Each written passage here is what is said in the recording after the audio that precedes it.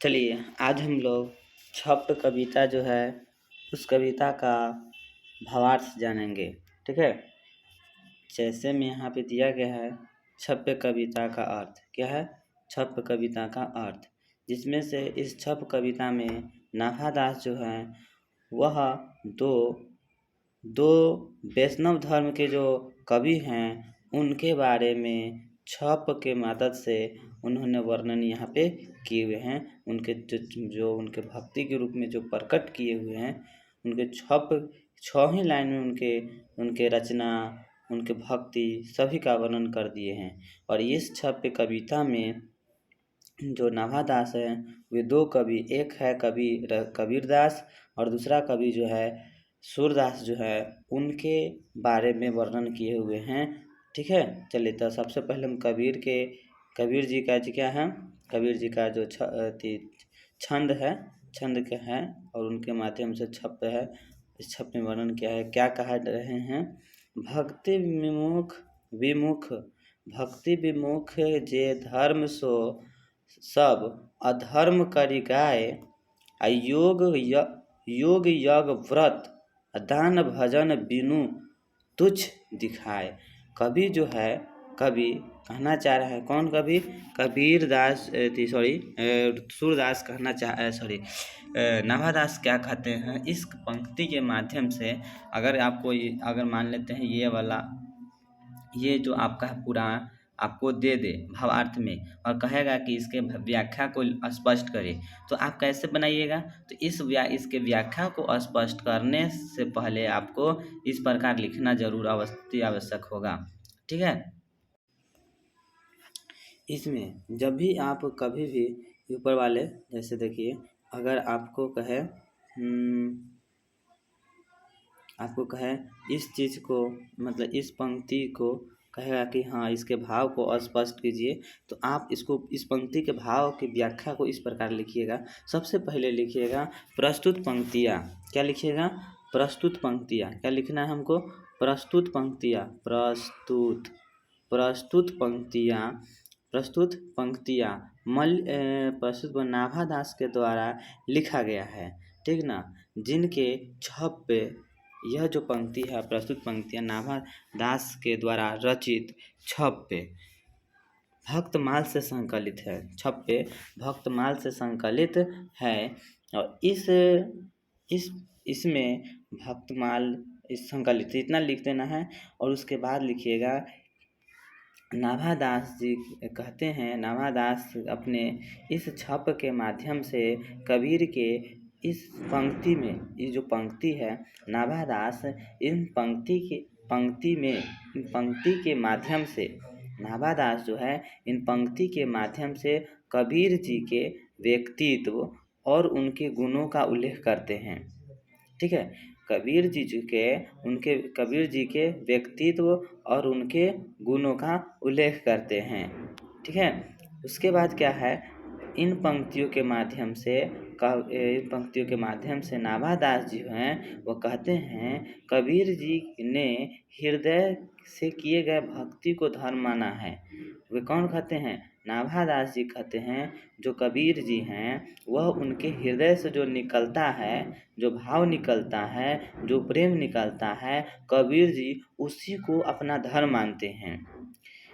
ठीक ना, यहाँ देखिए जिसमें सच्ची भावना हो, प्रेम हो, बाकी जो अधर्म है, धर्म किसको मानते हैं कबीर जी, जिसमें सच्ची भावना हो और प्रेम हो, वही सबसे बड़ा धर्म होता है, बाकी सब दिखावा है, अधर्म है।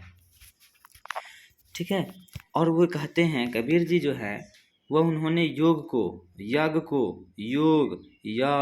व्रत दान और भजन आदि जो है आदि को तुच्छ मानते हैं, यानी कि कुछ नहीं समझते हैं कबीर जी।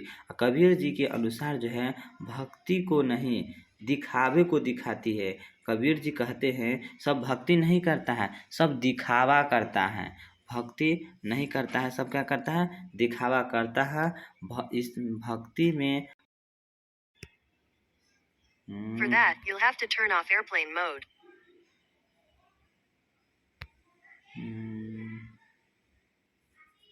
इसमें क्या है, इसमें भक्ति की भावना नहीं, इसमें भक्ति की भावना नहीं होता है। सब क्या करता है, भक्ति की दिखावा करता है कि हाँ हम भक्ति करते हैं ईश्वर का। भक्ति किसको कहते हैं, भक्ति जिसमें सच्ची भावना हो, प्रेम हो, उसी को हम भक्ति कहते हैं। ये सब तो दिखावा करता है, भक्ति थोड़ी ना करता है, दिखावा को दिखाता है। भक्ति का भाव नहीं होता है, भक्ति का कोई भाव ही नहीं होता है जो दिखा सके। ये सब दिखाते हैं यानी कि सब दिखावा करते हैं, ठीक है ना। कबीर के अनुसार है कि सब इंसान जो है, जो भी व्यक्ति हैं, सब दिखावा करते हैं, भक्ति नहीं करते हैं, ठीक है। चलिए आगे की ओर।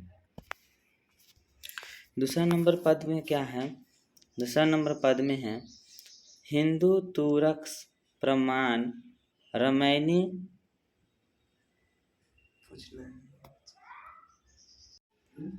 चलिए अब हम दूसरा नंबर में हिंदू तुरक प्रमाण रमैनी शब्दी साखी अपक्षपात नहीं वचन सब ही के हित की भाषी।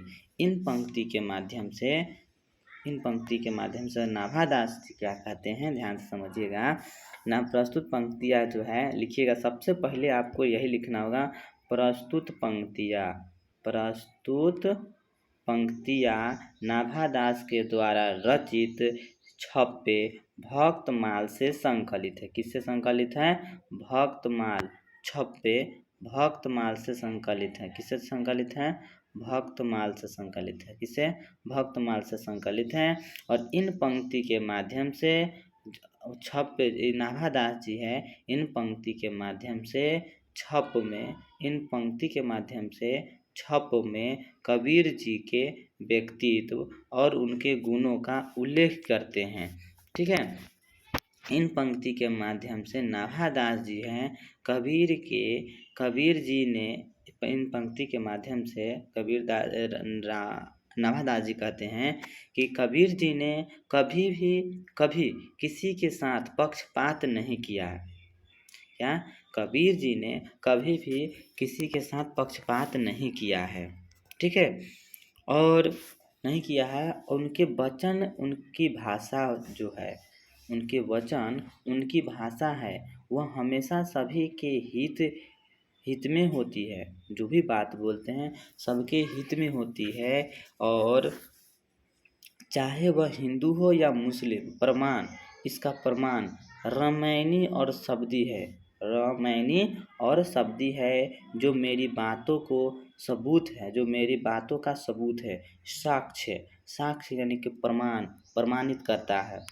तो ये जो कबीर जी है, वह हमेशा कभी भी किसी से पक्षपात नहीं किए हुए हैं, नहीं करते हैं, और नहीं किसी, और वह हम जो भी बात बोलते हैं वो सबके हित में होता है। और चाहे वह हिंदू हो या मुस्लिम हो, चाहे सिख हो, चाहे ईसाई हो, वो कोई भी धर्म का व्यक्ति हो, उस सबके हित में वो बोले हुए हैं। और उनका बोली वचन जो है, उनकी भाषा बनता है, और वही उनका किनका, कबीर जी का प्रमाण होता है। यही कबीर जी का प्रमाण होता है, सबूत होता है, ठीक ना।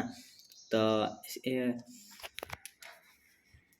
ऐसे कबीर जी बोलते हैं ना, क्या बात बोलते हैं कि ऐसी वाणी बोलिए जो मन का आपा खोए। इनके कबीर जी के ही के दोहा है कि ऐसी वाणी बोलिए जो मन का आपा खोए, आप औरों को शीतल करे और आपहु शीतल होए। ये समझ में आ रहा है ना। इन पंक्तियों के माध्यम से ये तो स्पष्ट हो रहा है, वह तो कभी बोलते थे तो सबके पक्षपात में बोलते थे, सबके, किसी से भी पक्षपात नहीं किए, और सबके हित में बोलते थे, तो दूसरों अगले पर्सन को भी सुनने में अच्छा लगता था।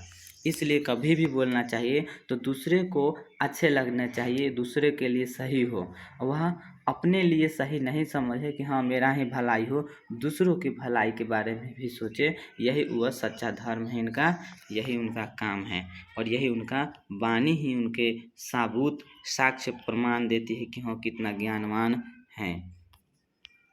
सिर्फ पढ़ लेने से कोई ज्ञानवान नहीं होता है, बोलने की शैली भी उनके अंदर होना चाहिए। मान लेते बहुत ग्रंथ पढ़ लिए हैं और बोलने का शैली नहीं है, तो हमारे पढ़ने का कोई प्रमाण ही नहीं है, मेरा कोई सबूत ही नहीं कि हाँ हम ज्ञानी हैं, महापुरुष हैं, ठीक ना। इसलिए कभी बोलना चाहिए तो दूसरों को हित में बोलना चाहिए, और दूसरे के हित में बोलना चाहिए जो अगले पर्सन को अच्छा लगे। इन्हें क्या ऐसे कटु वचन बोले जो दूसरे को ठेस पहुंचा दे, ठीक ना।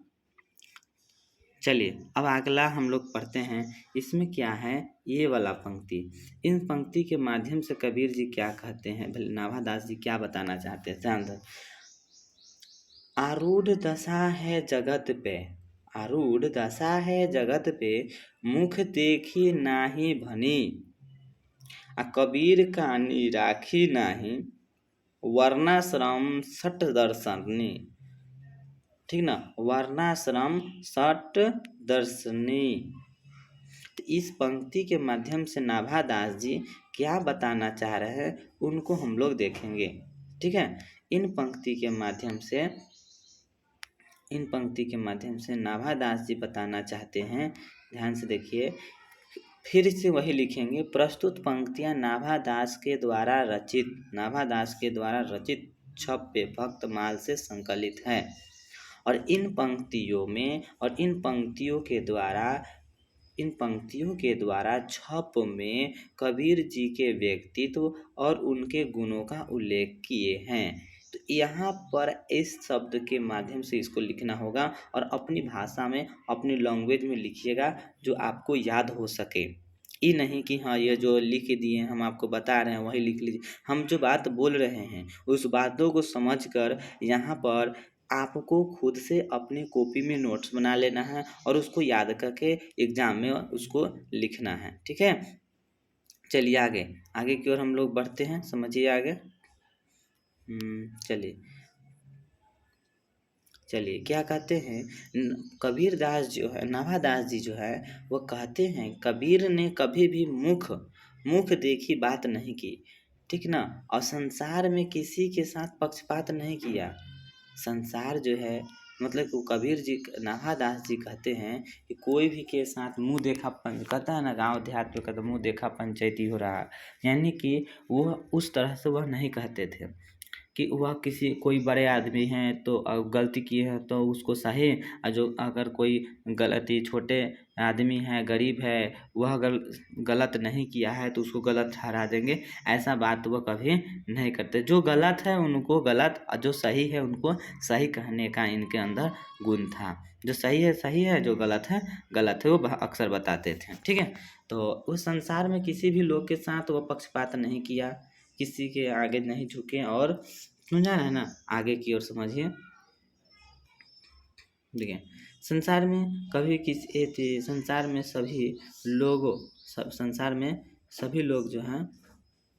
संसार में सभी लोग एक ही हैं।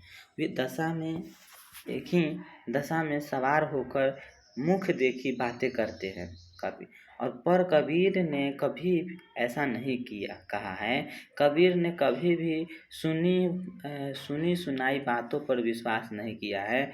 4 वर्ण और 4 आश्रम और 6 दर्शनी को भी महत्व नहीं दिया है। समझ में आ रहा है।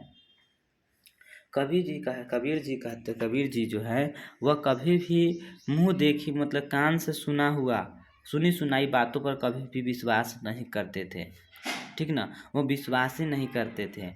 वो 4 यहाँ पे कहा जा रहा है कि 4 वर्ण और 4 आश्रम और 6 दर्शनी हैं, उनको कभी भी महत्व नहीं दिए हुए हैं। कबीर जी कभी भी किसी के साथ पक्षपात नहीं किए, जो गलत है वो उसको गलत कहते थे। यही उनके अंदर यही सबसे बड़ा खासियत है, ठीक है। चलिए अब आगे की सूरदास के बारे में नाभादास क्या बताना चाहते हैं, इन पंक्तियों के माध्यम से ध्यान से देखते हैं। देखिए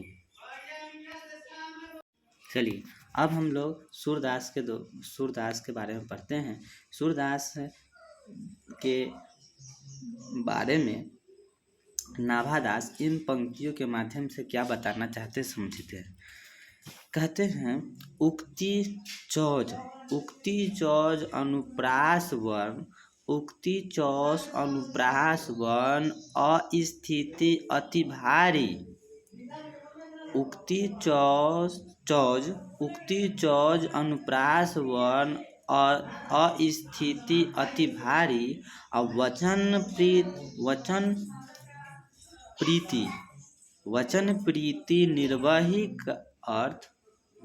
प्रीति निर्वही अर्थ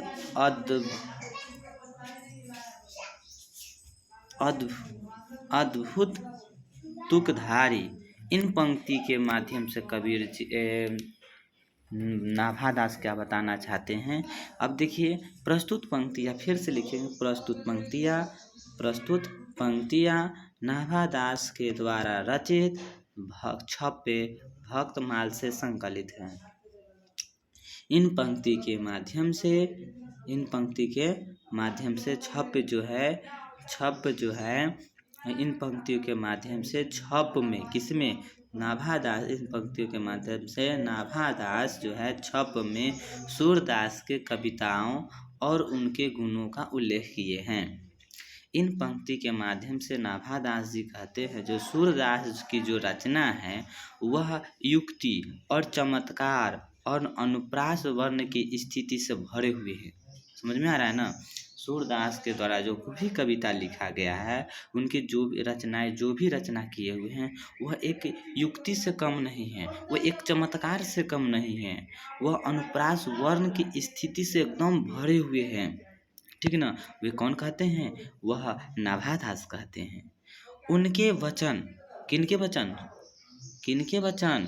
सूरदास के वचन जो वाणी है वह प्रेम से भरा हुआ मतलब कि सूरदास के द्वारा जो भी वाणी का रचना किया गया है, जो भी वचन बोले गए हैं वह वचन जो है वो प्रेम से भरा हुआ है। ठीक ना। वह उनके जो अर्थ है वह अद्भुत है। यानी कि जो सूरदास के द्वारा जो लिखा गया है, जो भी रचनाएं किया गया, उनमें जो वचन है, जो वाणी है, वह सब चमत्कार से भरा हुआ, प्रेम से भरा हुआ है। वह उनका जो अर्थ होता है वह अद्भुत होता है और एक तुक को धारण किए हुए होता है। एक तुक को क्या किए हुए हैं? धारण किए हुए हैं। तो कवि रचना जो सूरदास के द्वारा जो कविता उनके छपे जी क्या कहते हैं? छप में किसके वर्णन? सूरदास के कविताओं। ठीक ना। सूरदास के कविता और उनके गुणों का वर्णन किया गया है। और सूरदास जी नाभादास जी कहते हैं कि सूरदास के जो रचनाएं हैं वह युक्ति और चमत्कार से और अनुप्रास की स्थिति से एकदम भरे हुए हैं। उनके जो वचन हैं, जो वाणी है, वह प्रेम से भरा हुआ है। इसका अर्थ जो होता है अद्भुत होता है और तुक के धारण किए हुए रहते हैं। समझ में आ गया होगा। चलिए अब आगे की ओर बढ़ते हैं। ठीक है। अब इन पंक्तियों के माध्यम से इन पंक्ति के माध्यम से नाभादास इस छप कविता में क्या कहना चाहते हैं समझते हैं। सबसे पहले अगर ये पंक्ति आपको दे देगा एग्जामिनर अगर दे देगा तो आप एग्जाम हॉल में कैसे लिखिएगा? तो सबसे पहले लिखिए प्रस्तुत पंक्तियाँ नाभादास के द्वारा रचित छप भक्तमाल से संकलित है। और इस छप नाभादास जी ने छप में पहले छप में कबीर के लिए लिखे हुए, दूसरे छप में सूरदास के कविता। ठीक ना। सूरदास के कविता और उनके गुणों का उल्लेख किया है। इतना तो जरूर लिखना होगा। उसके बाद इन पंक्तियों के माध्यम से नाभादास जी कहते हैं, इन पंक्तियों के माध्यम से नाभादास बता रहे हैं सूरदास के बारे में। उनके सूरदास के दिव्य दृष्टि अपने हृदय से भरी हुई एक प्रतिबिंब बनाती है। उनके जो दिव्य दृष्टि है, उनका नेत्र नहीं न था, उनका हृदय से भरी एक प्रतिबिंब बनाता। उनके जो दिव्य दृष्टि है। चलिए वे कहते हैं उनके द्वारा जो दिव्य दृष्टि है, क्या है? उनकी जो दिव्य दृष्टि है वह एक हृदय में हरि प्रतिबिंब, एक हरि का प्रतिबिंब बनाती है। हरि का एक प्रतिबिंब बनाती है और उनके लीला का वर्णन किया है। समझ में आ रहा है? चलिए, क्या समझ में आ रहा है, ध्यान से समझिएगा। पहले दिव्य दृष्टि क्या है? दिव्य दृष्टि, कौन सा दृष्टि? दिव्य दृष्टि से अपने हृदय में हरि का एक प्रतिबिंब बनाया है। कौन? सूरदास जो है अपने दिव्य दृष्टि से हृदय में, अपने दिव्य दृष्टि से अपने हृदय में हरि के प्रतिबिंब बनाते हैं और उनके लीला का वर्णन करते हैं। उन्होंने, किन्होंने? सूरदास ने श्री कृष्ण के जन्म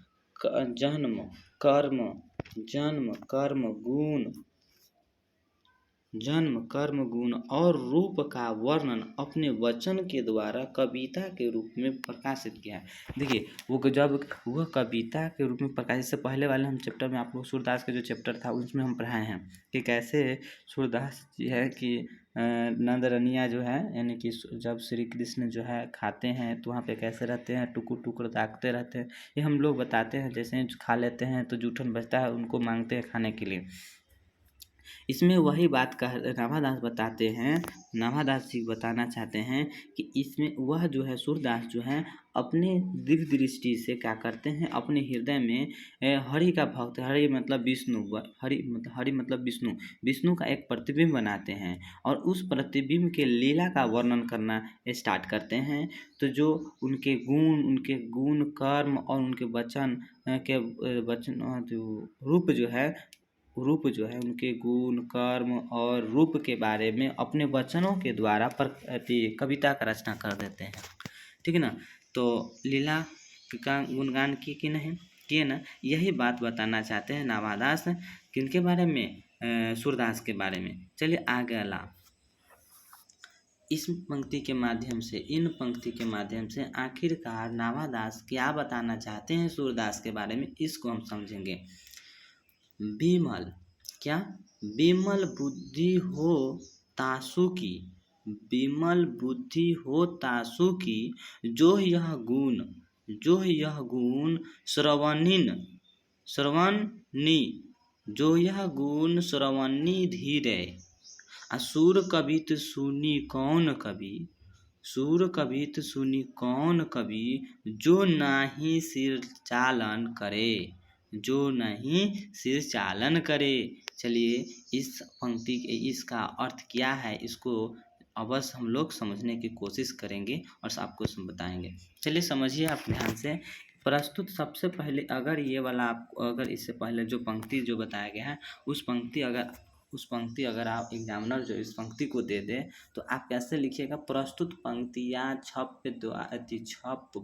नाभादास के द्वारा छप पे भक्तमाल से संकलित है और नाभादास जी ने अपने दूसरे छप में सूरदास जी के कविता और उनके गुणों का उल्लेख किया है। इन पंक्तियों के माध्यम से नाभादास जी जो हैं वो कहते हैं,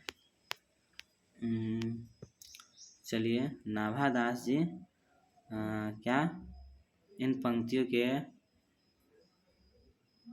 चलिए यही है सूरदास के जो नाभादास जी कहते हैं, क्या कहते हैं नाभादास जी कहते हैं कि उनके गुणों, नाभादास जी कहते हैं सूरदास की रचनाओं को, उनके गुणों को अपने कानों से सुनता है। क्या कहते हैं? नाभादास जी कहते हैं जो भी सूरदास के रचनाओं को, मतलब जो भी व्यक्ति अगर सूरदास के रचनाओं को उनके गुणों को अपने कानों से जो सुनता है उनकी बुद्धि निर्मल हो जाती है। सूरदास की कविताओं को सुनकर कोई भी कभी उनकी बातों को गलत नहीं कह सकता और उनकी कविताओं पर अपनी हावी भरते हैं और अपना सिर हाँ में हिलाते हैं। तो वे कहते हैं कोई भी, मतलब कि जो भी रचना करते हैं अगर सूरदास जी अगर कोई भी बात बोलते हैं, कोई भी बात अगर कविता लिखते हैं, अगर उन कविताओं को और उनके अर्थ को, उनके गुण को अगर कोई भी व्यक्ति अगले पर्सन सुन रहा है अपने कानों से और उनके गुणों को अगर सुन रहा है, तब उनका जो बुद्धि हो जाता है एकदम निर्मल हो जाता है और उनके बातों को, कहे हुए बातों को कोई भी गलत नहीं ठहरा सकता है।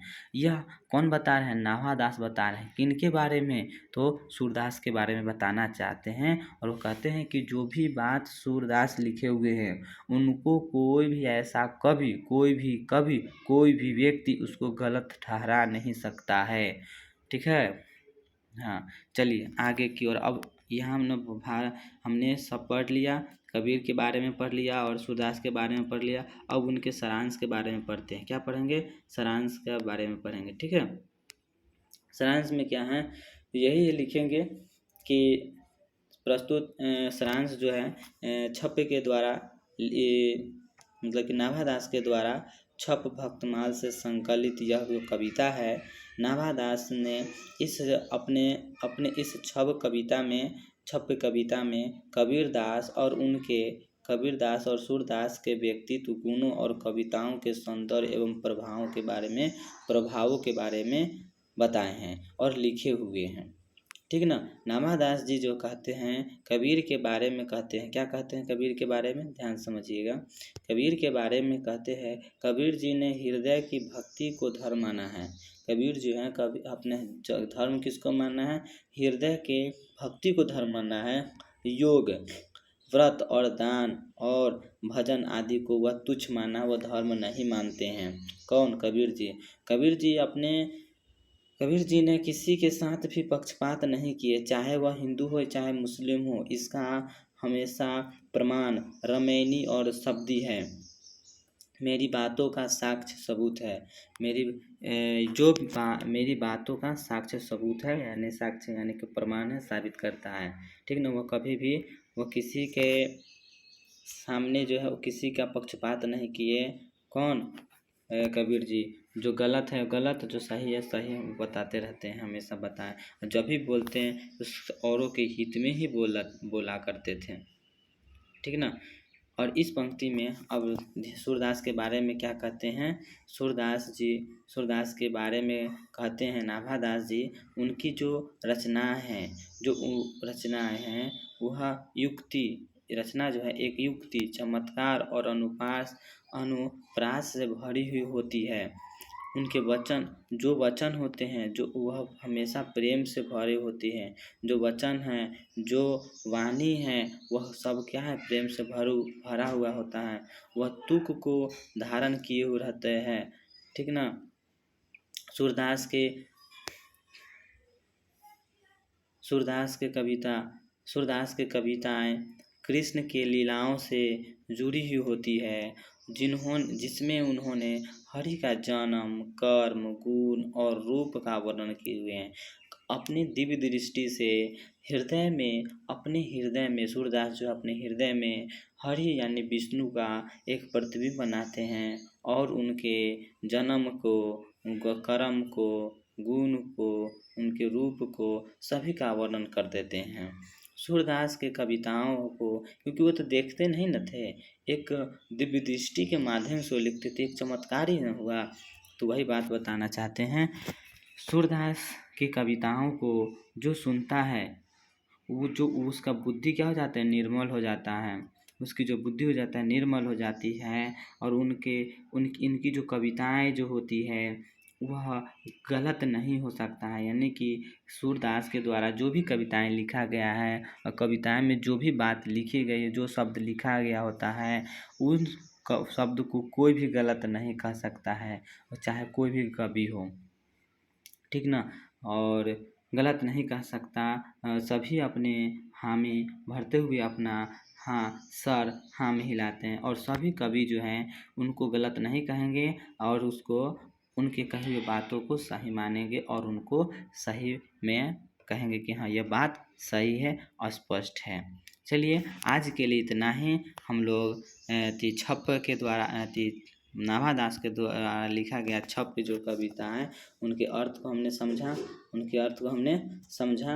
अब आप इसको क्या कीजिएगा, अपने शब्दों में सभी पंक्तियों का व्याख्या कर लीजिएगा और एक नोट्स बनाइएगा और उस नोट्स को अक्सर आप ये रिवाइज करते रहिएगा, जिससे आपको एग्ज़ाम में आसानी हो एक्सप्लेन करने में। ठीक है, आज के लिए इतना ही, धन्यवाद।